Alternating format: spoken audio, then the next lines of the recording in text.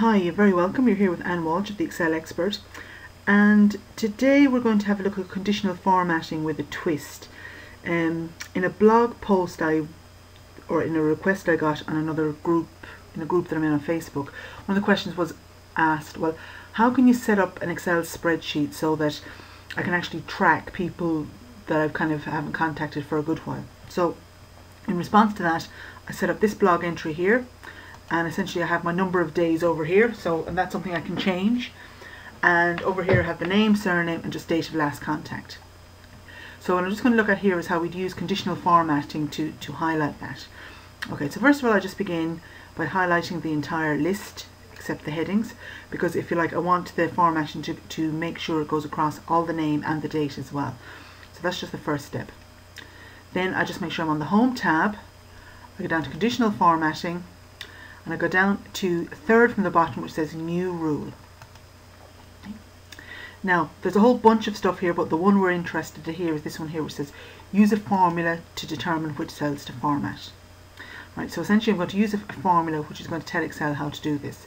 So I click here, and because it's a formula, same Excel rules apply, so I go equals, and then I put in today, alright, to make sure that it's always up to date and today, minus, and then I just click on this cell up here because this is the one that has the date in it. Now if you notice here, there's a dollar sign in front of the C and in front of the 5, which means at the moment the reference is just locked onto that cell, but we want the conditional formatting to go all the way down the rest of this column. So what I'm going to do is I'm just going to remove the dollar sign from in front of the 5 here. Alright, so you see there I just have the dollar sign on it. Now just to say as well, there is another blog posting which I'm going to create a link to, which shows you, the difference between the various dollar signs and to show you what the various ones mean. But just for this purposes, that's what we're setting up.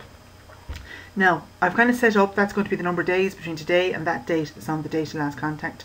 But what we're looking at is the difference. So we've calculated the difference that, and then I put in greater than, and what I'm going to do is I'm going to click on this cell up here, because that's the one that's going to identify the gap. And you see there the dollar sign is there on all of them because the reference, I always want it to be locked onto this cell. Then I click on format, and what I'm going to do is I'm going to pick, let's say, a bright red colour, and then I click OK. Alright, and then when I've done that, then I click OK again. And you see there, anywhere where the date of last contact is more than 30 days away, see, it actually goes red. So if I come in here and let's say change that, and this is actually done in June 2012, so if I change this, let's say to 12, and also maybe change it to let's say the 4th, well, leave it at that. Alright, 4th to the 5th,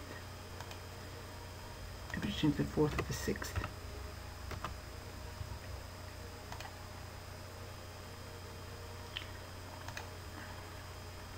I just need to change that, maybe let's say to the 24th of the 5th, which is less than 30 days.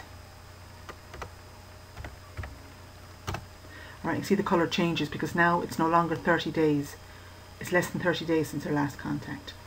Now if you can change this as well, you can change it so that it's 90 days.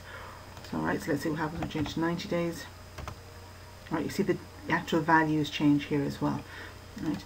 So again, the file will be available for download at the end of this blog post. I hope you found it useful, and as always, your comments are welcome. Take care. Gurmaha Gatslán.